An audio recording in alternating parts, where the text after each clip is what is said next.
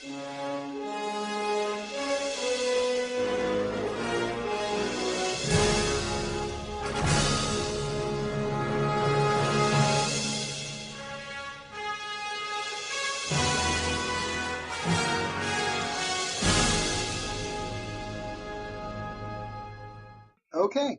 So are we ready? All right, just pretend you are. Why? Welcome to the continued podcast adventures of Superhero Speak. But I think many of the people that love this character and that love superheroes in general have used these stories as inspiration to say, you know what? I'm going to do something good in the world. I'm going to make a difference like my hero when I was a kid. That is my fondest memory of it, because when you're doing comic books, you want them to affect people. Right. You want people to care. You want to strike emotions. And I knew that Clone Saga was striking a lot of emotions. Can you imagine Pulp Fiction starring Goofy and Mickey Mouse? I can totally imagine that. I'm No, sure was it somebody's called written a that one quarter too. pounder with cheese in France, Mickey? What? Royale with cheese, Mickey. Yeah. I can totally. See? I would watch the hell out of that movie. Yes, I gladly sacrifice up my progeny to you, almighty Marvel beast. But Neil Adams is somewhere going, it's my time. How do you measure success? Hey everyone, you're listening to Superhero Speak, and I'm your host Dave. And John. And JD. Oh. It works! Excellent. It wouldn't be Superhero Speak without some technical difficulty. Oh, well, that is our hallmark. Yeah. It is both a curse and a... Okay, no, it's just a curse. You just forget. There is no blessing. So let's start with you, John. How you doing? You weren't here last week. You weren't feeling well. Are you feeling better this week? Slightly better, yeah. Yeah. Only slightly? Well, we're on the East Coast, and the weather here has been incredibly weird, and everybody I know has had a cold of some level or another. And, with work and everything, I was next in line apparently. And, I slept well for like 36 hours at one point. Yeah, I had a slight bout of bubonic plague as well. Oh, excellent. Excellent. Yes, yes. How about you, That makes JD? three of us. Oh, okay.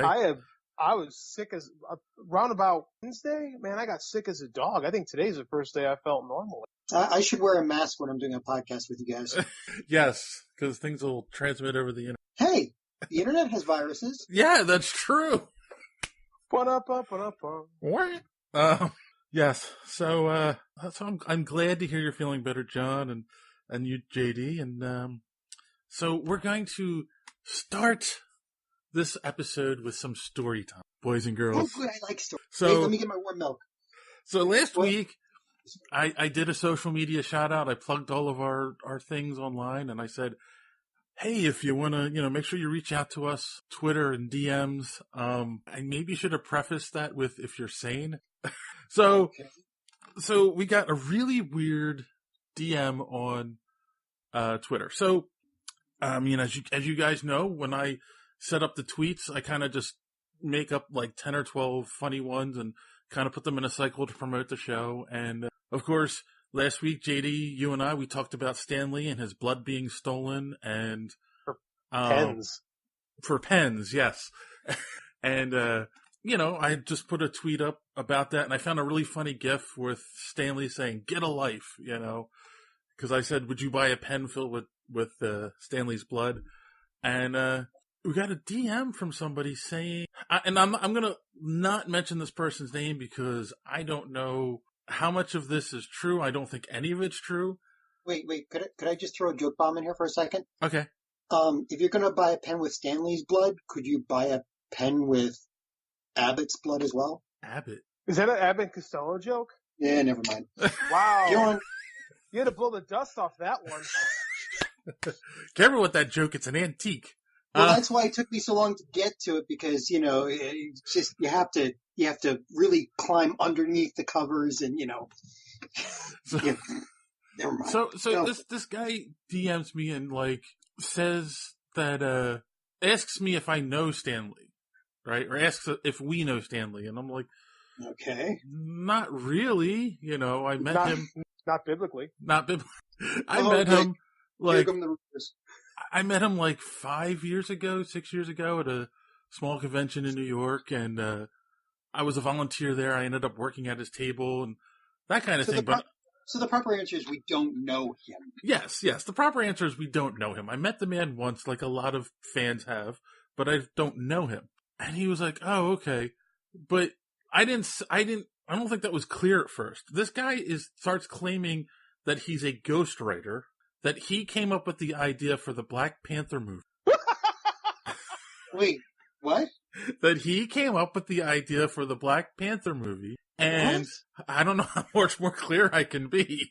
One more time. He claims he came up with the idea for the Black Panther movie, and that his fee was supposed to be $300,000. And that story where, they say that he had $300,000 stolen from him and it was used to buy a condo, like, that was supposed to be his money. And he's been afraid to contact him for his pay, but it's like, that's not how that works. Like, Stan Lee didn't write the script. That's not how any of this works. And he also apparently has ghost written some SNL skits as well. Oh, because they use ghostwriters on a show with a writer's room. Yeah, that makes perfect sense. Yeah.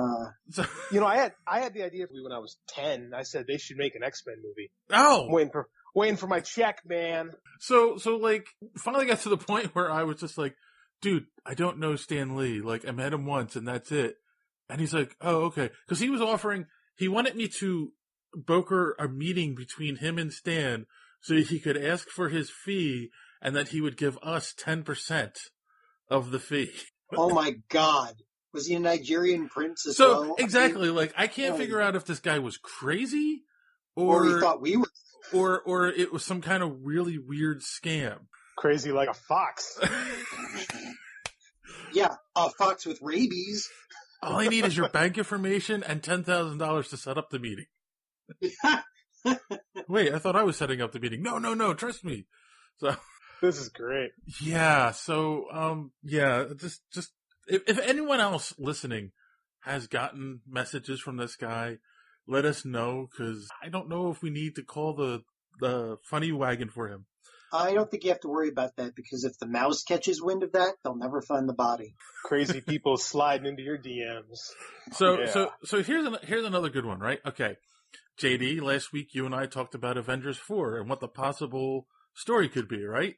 That we did. And we both agreed that at this point, the story that seems most likely that would upset people would be Avengers Disassembled. That we did. Yes. So the tweet promoting that story, I just said, is Avengers 4 going to be Avengers Disassembled? Then click here for more info, and it was an episode.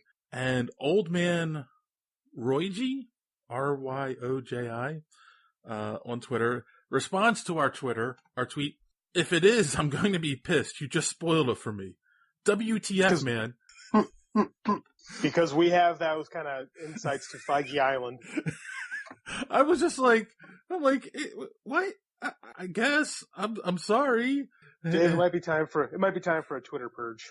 It was like, wow, there are some crazies. So I also want to go ahead. Why would we purge Twitter? It's just getting interesting. I want to shout out So Wizard Podcast, Joey DiCarlo. I know that you run the Twitter for So Wizard. Your response to that tweet was a GIF of someone gagging. So you're not a fan of Disassembled, I see. So yeah, that was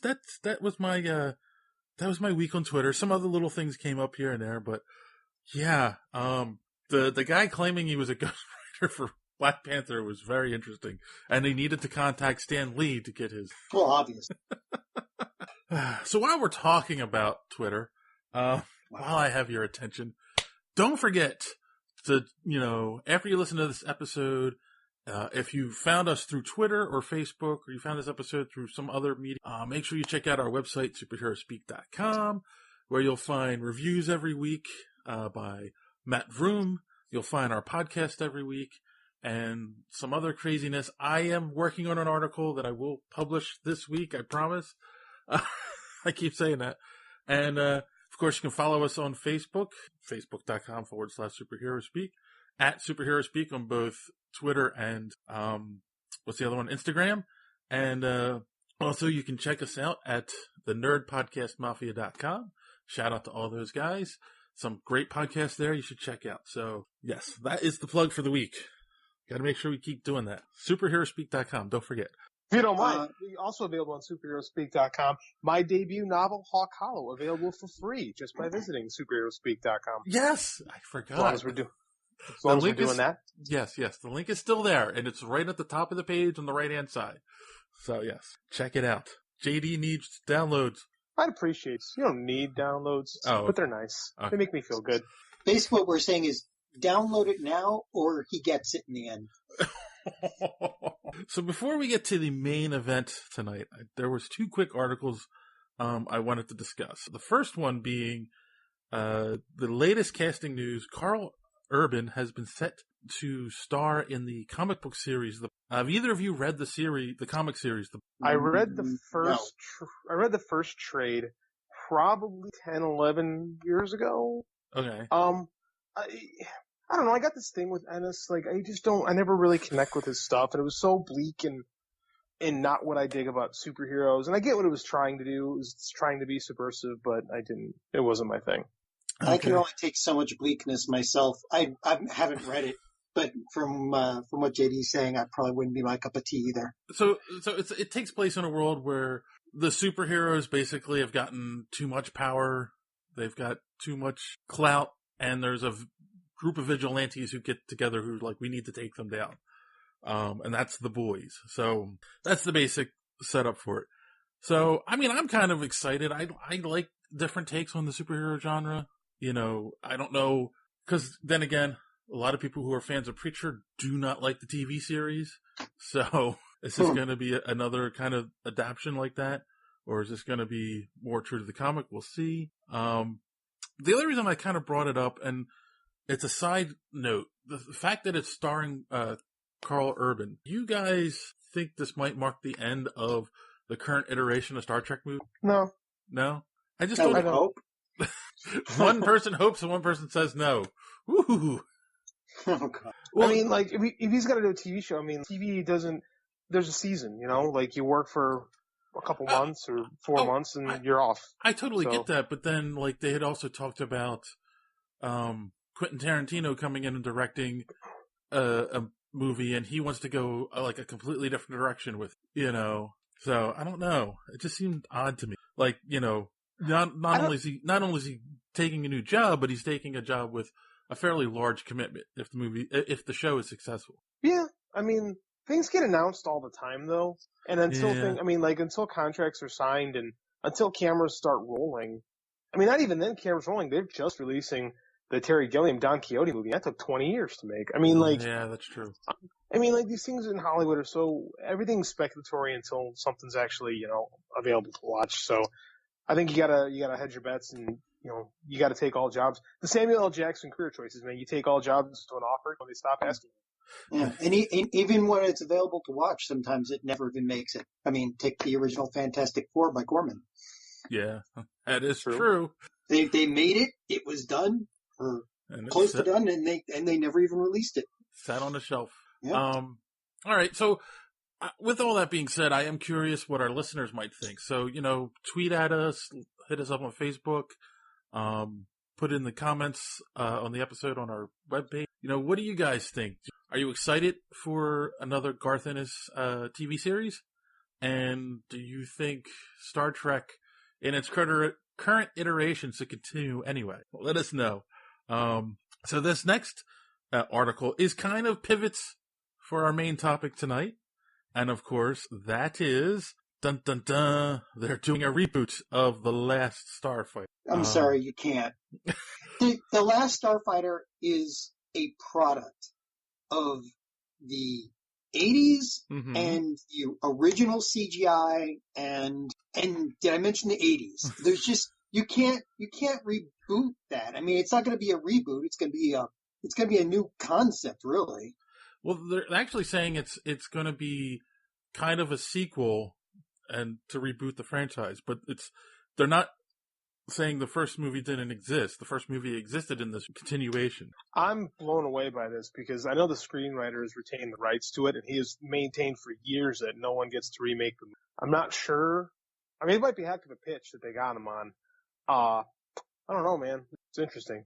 Yeah, are we talking it's a sequel in the new Ghostbusters is a sequel, not a sequel? Or are we talking like an actual sequel where, okay, yes, that one did exist and, we're going to get to see the ship again and, I mean, cause they said the Ghostbusters might be a sequel in the beginning and then of course it wasn't. It was a reimagining, which was horrible. And True, but I mean, Gary Whitta is the person developing it and, he's put a lot of stuff on Twitter and he seems really excited, like he wants to honor the original movie. So I don't think that's what they said about Reboot. And then we got the Guardian Code, which sucks. So,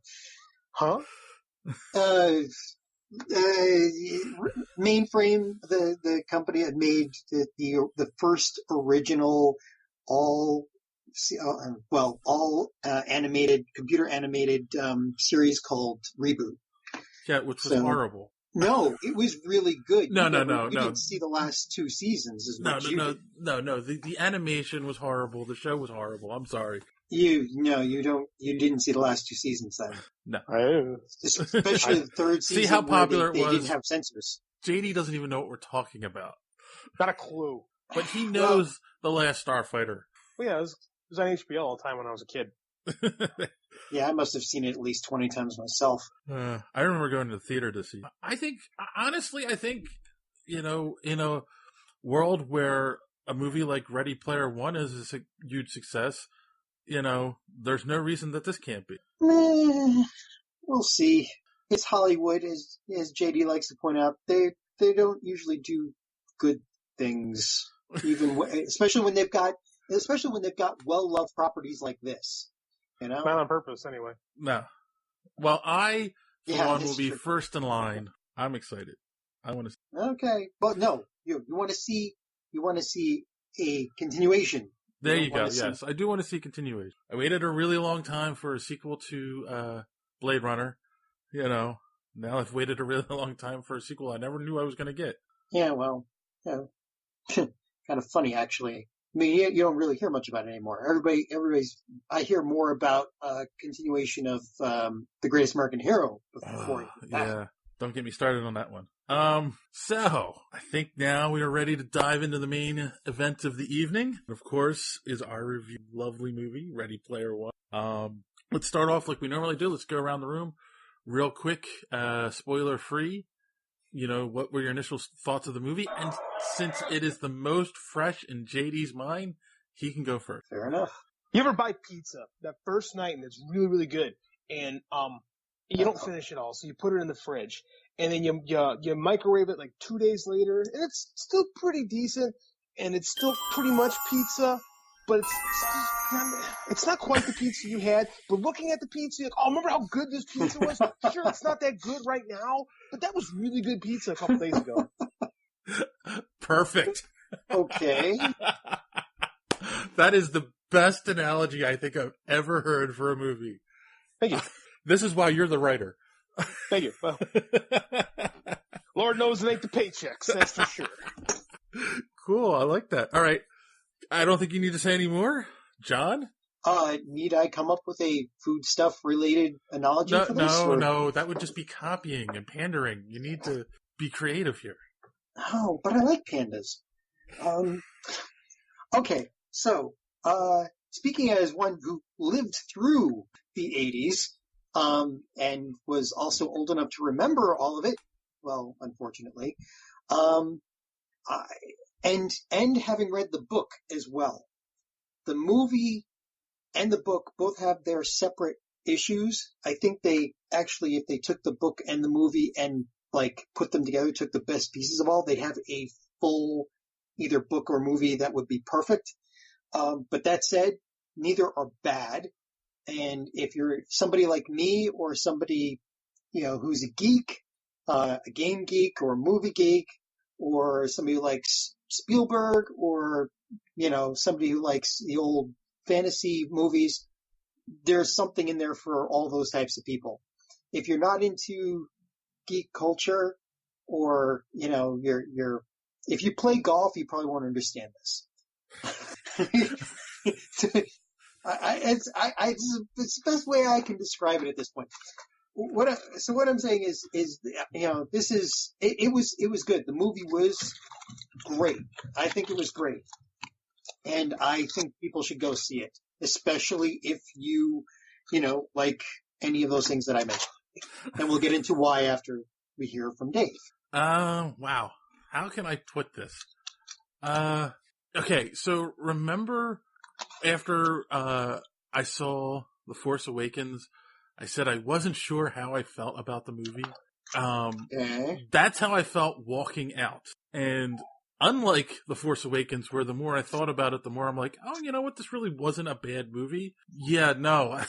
Had quite the opposite effect. I was actually very disappointed in this movie. Oh my God. Which is funny because, hold on, I didn't read the book, and a lot of negative reviews that I've heard are from people who like the book and didn't like the changes in the movie. But, I had no expectations going in, but I just was very disappointed in it.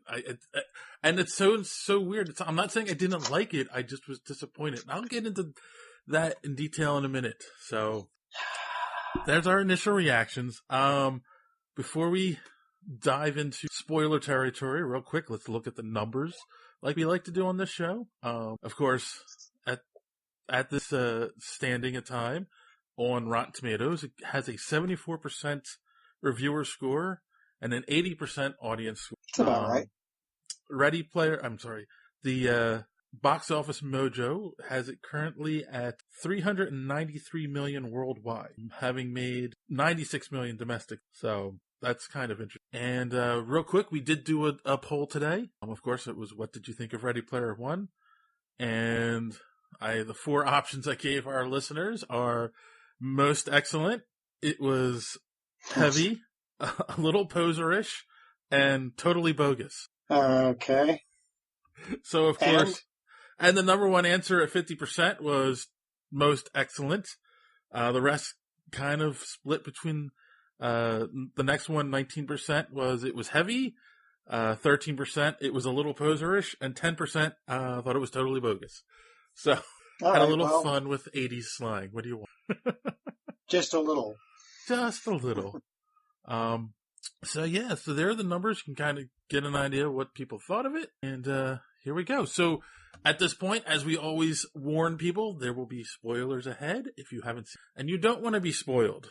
Like seeing a tweet about Avengers Disassembled. Stop listening here. Go see the movie. Come back and finish. And if you don't care about spoilers, or if you've seen it, all right, stick along for the ride. So, who should we start with? All right, well, let me start because, all right, so I've got my notes here. So page 1. Okay. Well, first we should start with, okay, so the thing with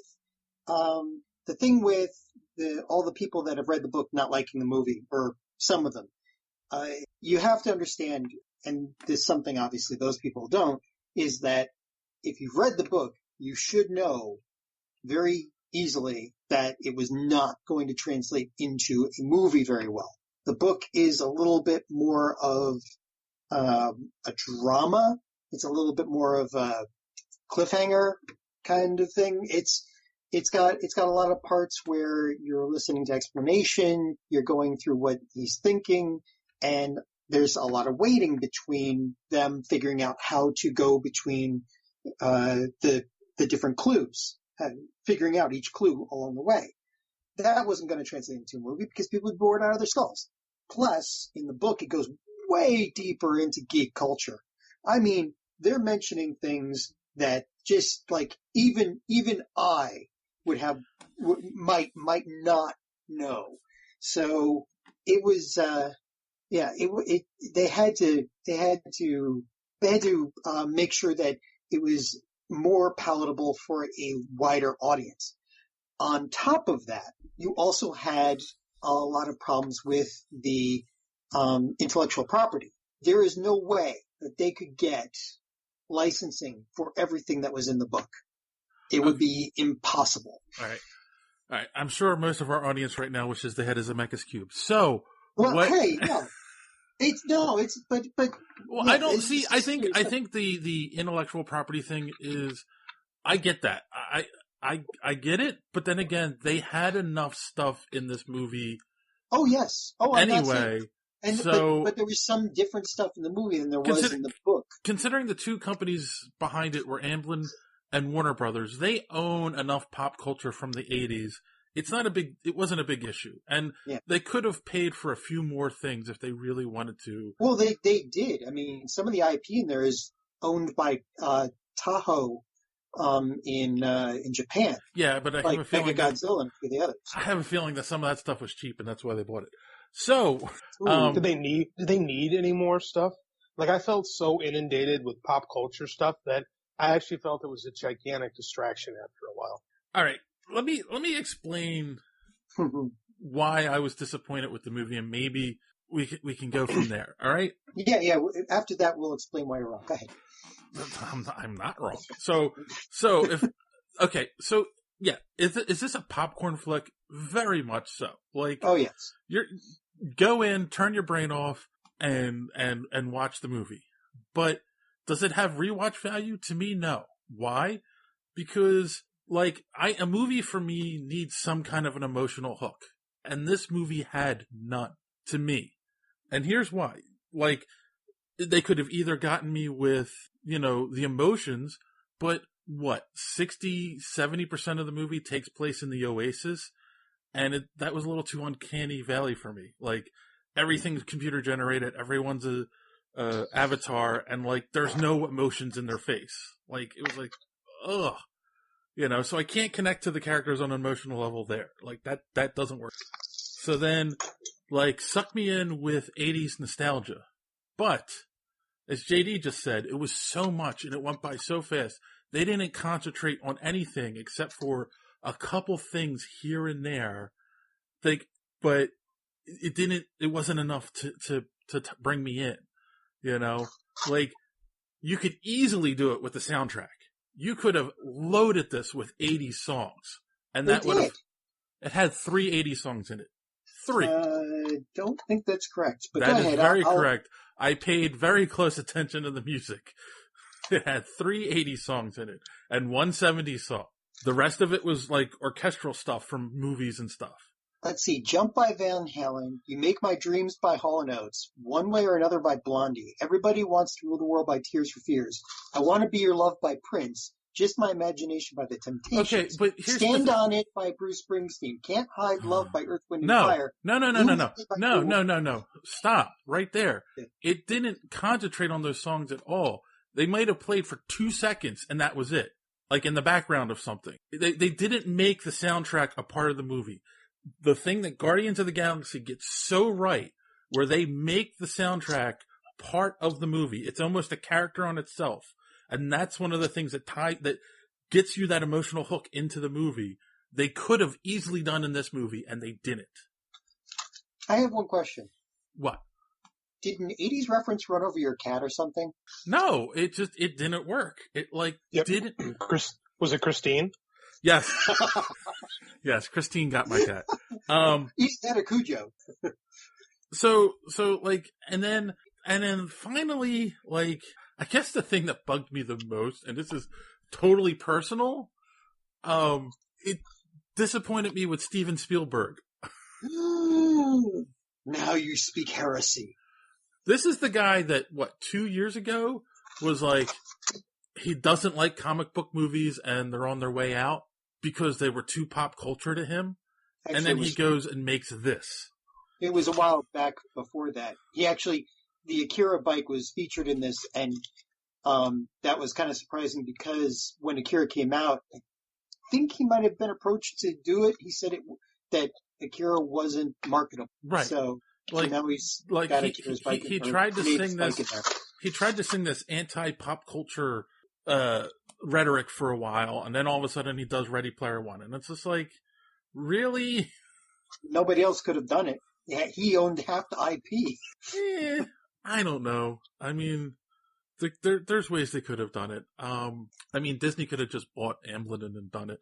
I mean, no, don't get me wrong. There were some things in the movie I liked, and I think they got right. But overall, like, it just was like, you didn't hook me in. I had no emotional attachment to this. I have no desire to ever watch it again. Like, yeah.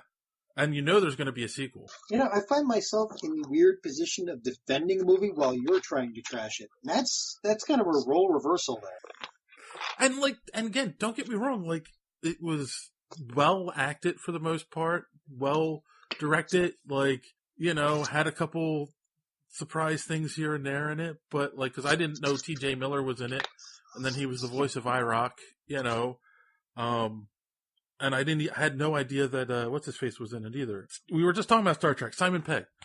So, like, they were cool surprises, cause I don't remember seeing them at all in the previews. Okay. So, all right. So, okay, are you done? Are you finished? Oh, I can get into the plot holes if you want. Are you finished eating there, JD? Oops, I'm not on mute. Sorry, guys. All right. I was just going to let you guys battle this out, and I'm like, I'll have some dinner while they're going to town, and it'll be all good to go. See, now it would have been perfect. It would have been perfect had I heard popcorn popping in the background. I was enjoying myself there for a little bit. All right. So should I get into the plot holes, or do you have a rebuttal for anything that I said? I'd like to take up the sword for a moment. Okay. Sure, go ahead. You mean the hat? I don't hate this movie. I didn't think it was a bad movie at all. I found it and that's all I can say, is it's okay, because every single thing in this movie is predicated on something better that came. Like, this whole movie is like, oh, remember how great the Back to the Future was? Remember how great Child's Play was? Remember how great all this other... Did I lose you guys? No, you didn't lose me. Uh-oh. You didn't want him saying the movie was good. No! Oh, he's probably talking and doesn't realize. I don't see him on there. I dropped my phone. Oh my god. Okay, so everything in this movie is predicated on something better that came before it. Okay. Like, everything is, hey, wasn't Back to the Future awesome? Wasn't The Iron Giant a great movie? Like, and it just brings up all these references that make you think about how great something else was. Mm-hmm. And I did have fun with that, especially in those early scenes. You're spotting all the little pop culture icons and stuff like that. And then what started annoying me was how expository. Like, it's like 8 minutes into the movie before the title comes on, because they're just regurgitating all this information and backstory that we need to get the movie started. Which is a problem in anytime you translate a book, especially a high concept book, to the screen. But the whole movie, every bit of dialogue, nothing is to build character. Everything is to advance story, and not just to advance the plot, but to explain the plot. Everything. It's so expository, because there's so much going on that they have to do. Everything relies on this weird, convoluted series of rules. And I get it. It's a video game. So you need to have all these rules in place. But after a while, I found that so much of this movie focused on the surrounding and very little about the character. Like, I know tons about James Holiday coming out of that. I can't say I know much about Wade Watts as a person, or his friends. Like, there's very, very non-character driven. This is one of the most plot-driven movies I think I've ever seen. And again, I did not read the book. I didn't even know much about it until last summer. Like, I didn't even know about the existence of this property until last summer. I mean, by the time I left, all I could think is Willy Wonka was better. And that's what this was. This was Willy Wonka and the Chocolate Factory. Yeah. No, I see that. Yeah. Okay. Okay, John, any defense? Any rebuttals? Sounds like he was updating his people to kill list. Go ahead. How did you know I had one of those? All right. So, you seem the type. Really? I do? Okay. I like you said, the movie was good. I'm not saying it was great, but it's a good movie. It's just also geared towards people like me who are like, we're sitting there in the movie theater and our buttons are autonomically trying to do the pause button so we can try and name every character on the screen at any given point. The characterizations, I will admit, could have used some work. I'm surprised there was as much exposition in the movie as there was. I know that CinemaSins is going to call that out to no end. But it's just it's I don't know. If you're inured in geek culture, you are going to like the movie no matter what. I think they did with it as much as they reworked the script, because the book is like mostly exposition, and there's a lot of, like I said, if you took the best parts of the book and the best parts of the movie and you merged them, you'd have a great movie or an unbelievable book.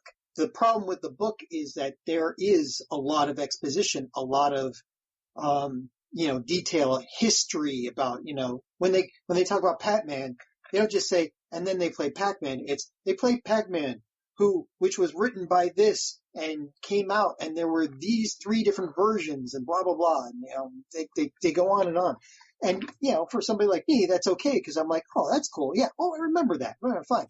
For people who just want a movie and want to see things and need explosions and the occasional lens flare, then, there's this, the exposition was a little bit much for the movie.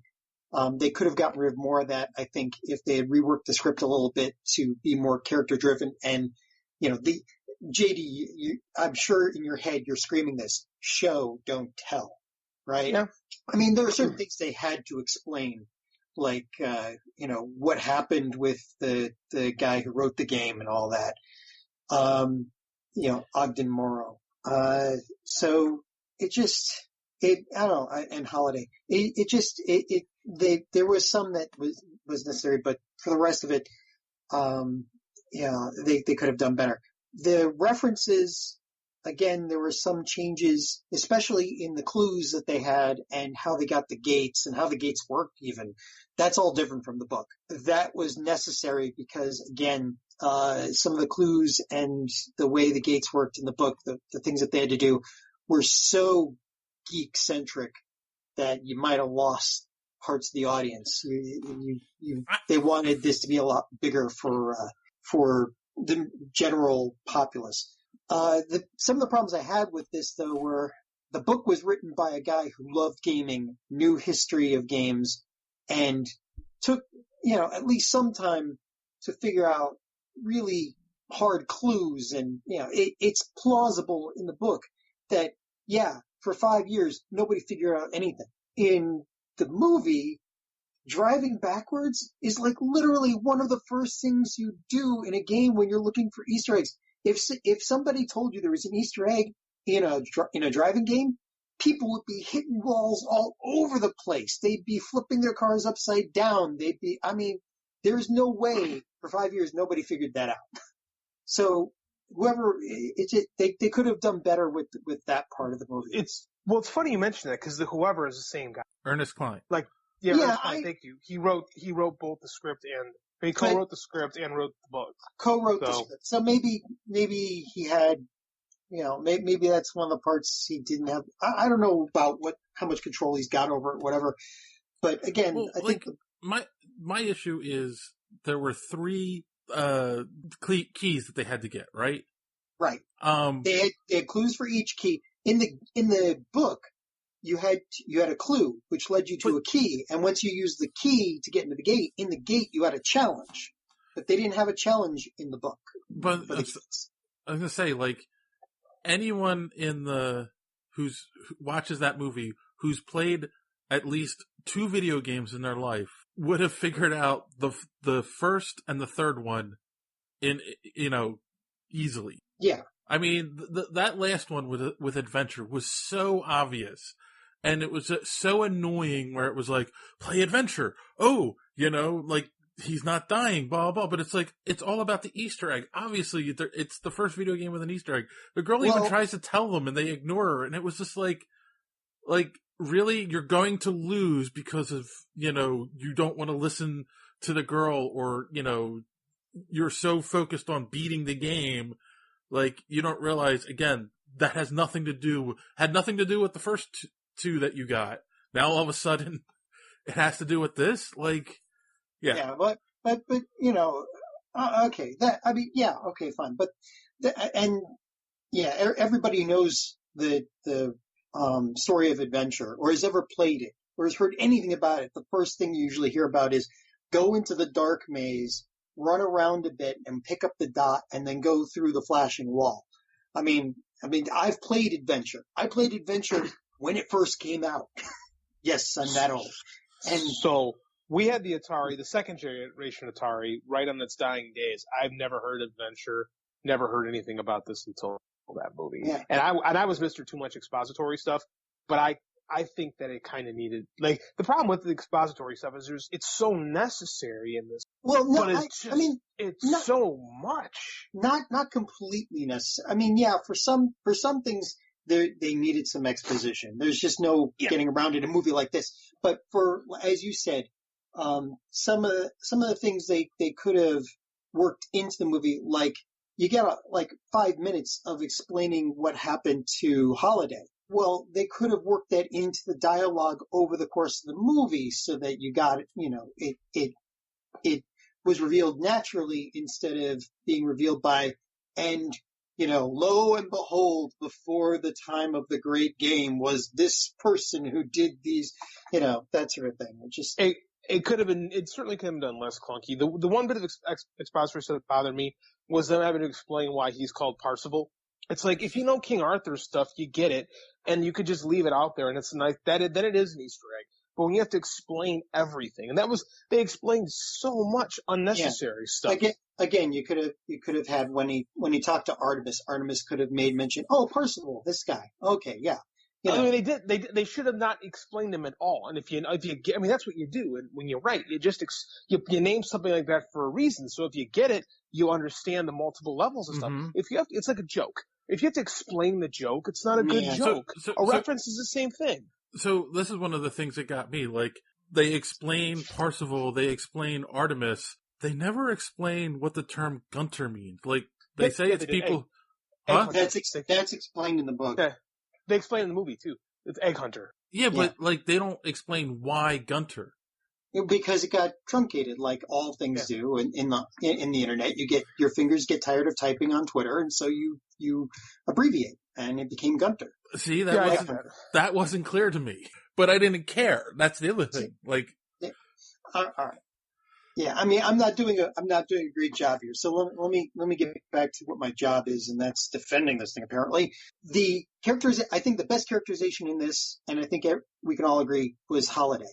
You felt more for Holiday than you felt really for the other characters. Who's dead? Yes, who's not I know. Yes, I mean he's a Spectre character. He is It's so weird. He is the protagonist who drives the story, and it is kind of his story, but it isn't. It's such a weird movie in that regard. I know, isn't it? But yeah, and the end scene, spoilers. The end scene, you're really feeling like sorry for him, and you know, like there was nothing he could do about his inability to deal with human beings. Well, you're right about that, but that's not a good thing. That's the only character who has any real type of an arc.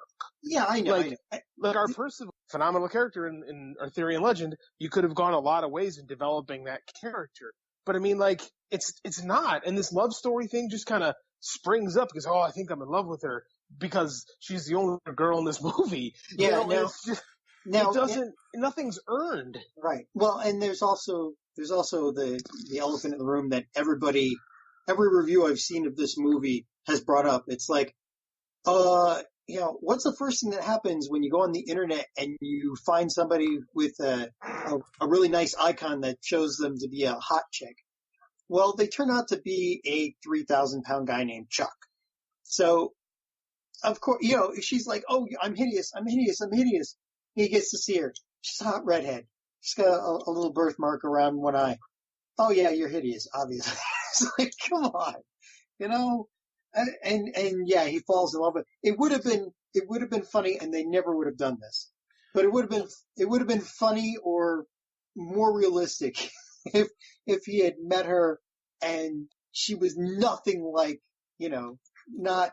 I could get into deep water here, but you know. He talks about, you know, watching her blogs and all, and, you know, her videos and all this. So obviously in the future they only use their avatars anyway.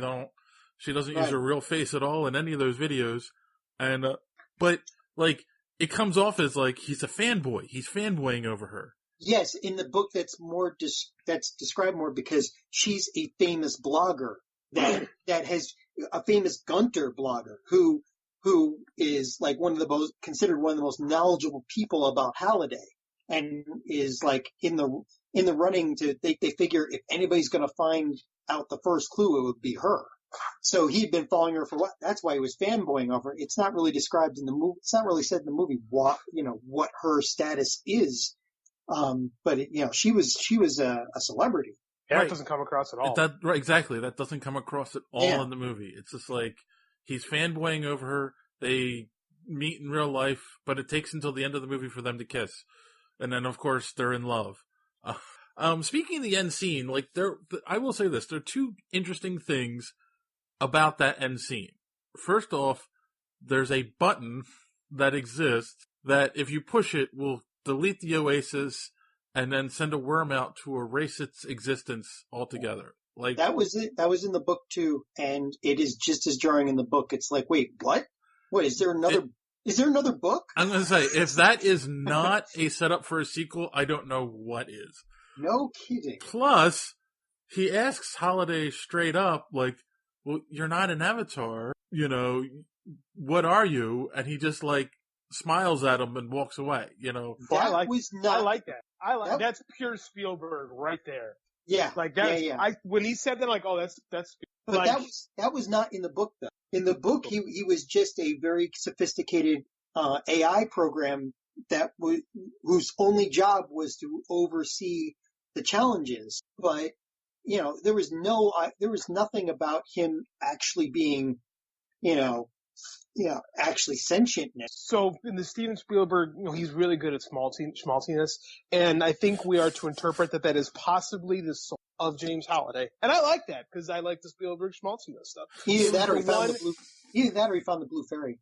But I mean, like that is the one. Wow, a second. That's like the one of the few human touchstones in this whole movie, right? And he gets it. He's a guy who gets it. Yep. Steven Spielberg is the guy who said, "Hey, Stripe and Gizmo cannot be the same Mugwai because you're taking away the heart of the movie." Right. And he was right. Like Spielberg's a genius. We can never forget that. Because the rest of this movie, and it hurts this movie, I think, is it's so big concept that there's nothing with these characters. Well, this movie could have been broken up into 3 movies. And I'm blown away that it wasn't, to be quite honest with you, in this day and age. Well, I think, again, the people that the movie was pointed at are people like me. Young kids may like the flashy lights and, all the cyber stuff, but they're not going to get a lot of the references, and so it wouldn't be as big a draw with them. See, but this is the problem, though. I think these references are the whole movie is this. One of the big motifs of this movie is the concept of Easter eggs, right? Yeah. The Easter eggs are supposed to be a treat if you get it, right? Like the story shouldn't hinge on whether or not Easter eggs work, because like it doesn't. Then it's not an Easter egg. It's the foundation of the story.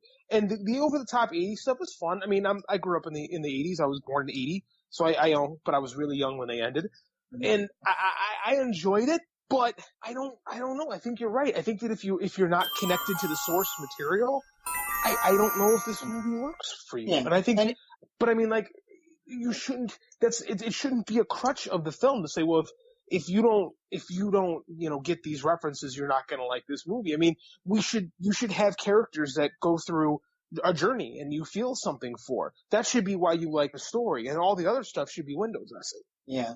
And again, something that's talked about in the book is the reason why everybody in this world is, at this point in time, so taken with the 80s is because everybody was trying to learn something about Halliday, going through Halliday's notes and all that, and learning everything they could about the 80s to see if they could find the egg. Yeah, so the 80s had a resurgence, Yeah, they hinted that a little bit in the movie, they don't really beat it over your head with it, which I like the subtlety. I did find it interesting that all the marketing of the 80s came back, and all of a sudden, like, packaging was the same for like Doritos and Coke and stuff like that. That struck me. I don't know, man. Well, I don't know. I don't know. We could go at this for a long time. My final thought on the movie itself, before we get into like all of the different Easter eggs, because that's a whole review show in itself, is, I like the movie. It's a popcorn movie. You should see it. If it's on, if you miss it in the theaters, rent it on TV. If you see it, it's worth a rental. It's worth the rental, and a couple of bags of popcorn and a quiet night with the kids. It's really worth it. There's enough action, and it's not totally devoid of character development, so it's a fun ride. I feel like you're throwing in the towel, John. I'm not throwing in the towel. I'm saying it's good. You should rent it and see it, So there's one other thing I wanted to bring up, and there's a few plot holes in this movie, right? And again, it's a popcorn movie. Don't overthink it too much.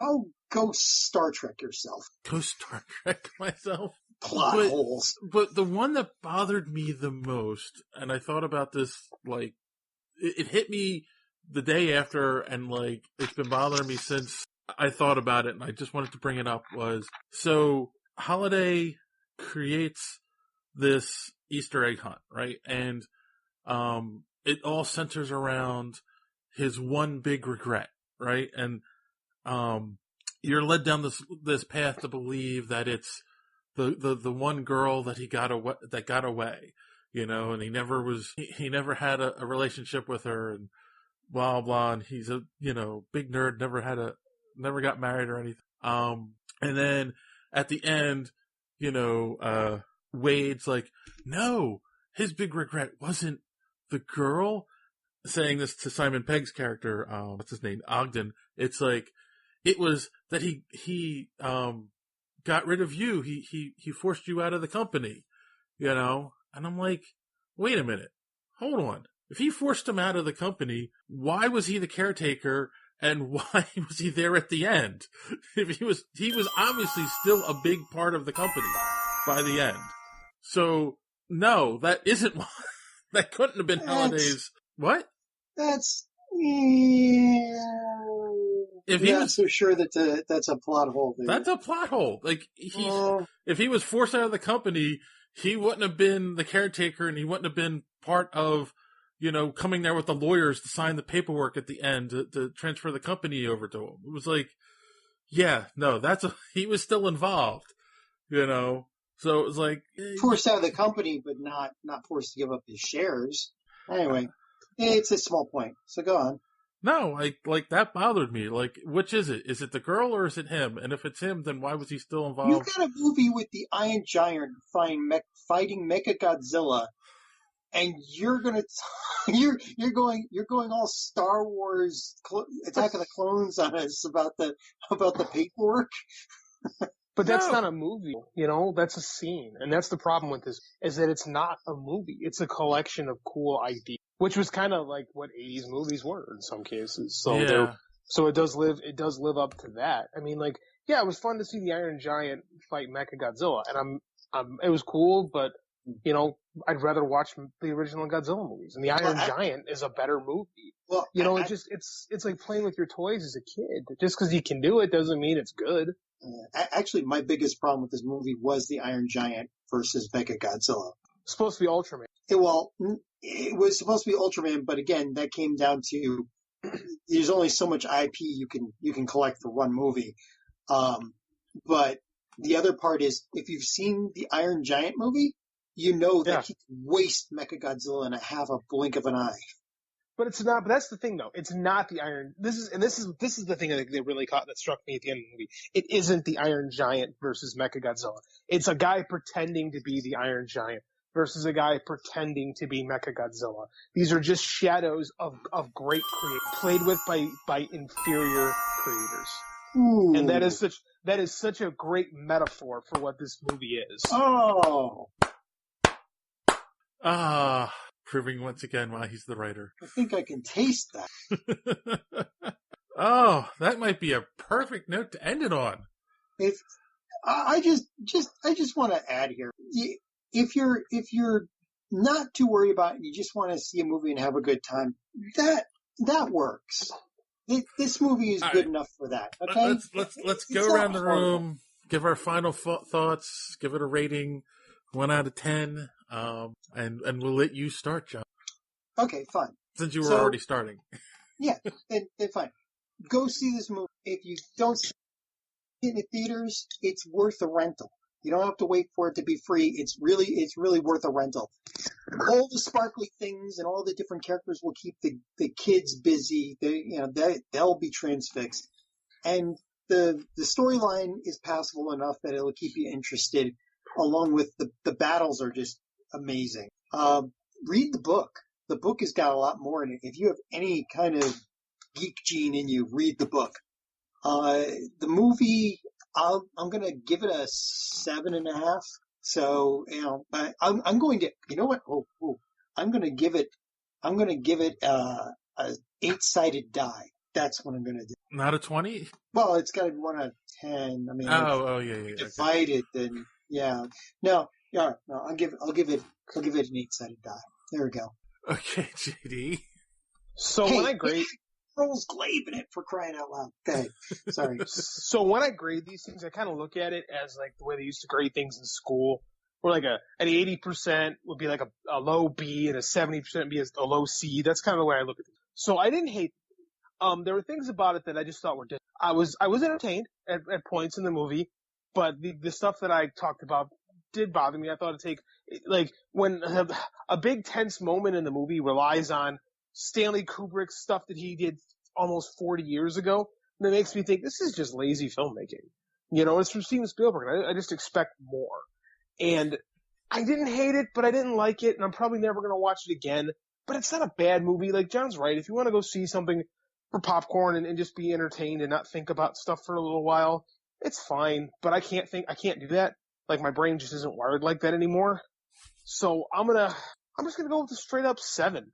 I mean, I don't even have anything fun to say about this because I was so unmoved by the experience, but it's not a bad experience. It's just a mediocre 7. That's a C. Jeez. Well.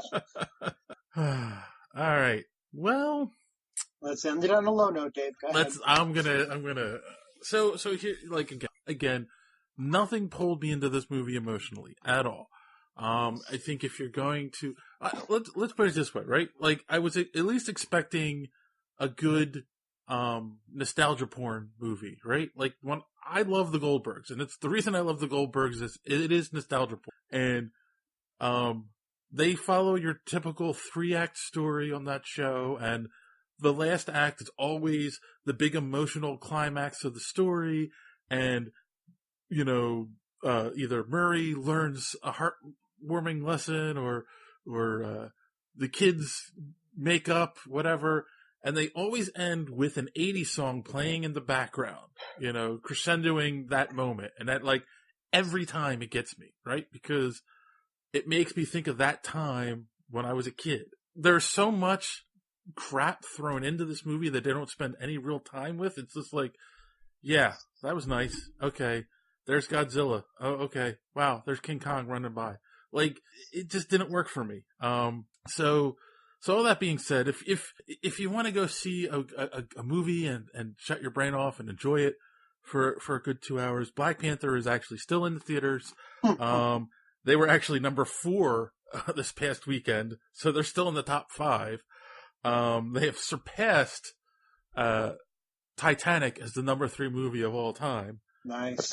That's pretty awesome. Yeah. So yeah, I would say go see Black Panther again and wait for rental or whatever for this movie.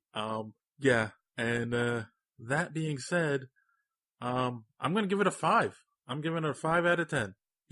That's 5 for the effort of a well put together movie, but there's no story and there's no emotional hook in it. So, yeah, I know. I can hear John typing my name on his list. No, I'm scratching it off.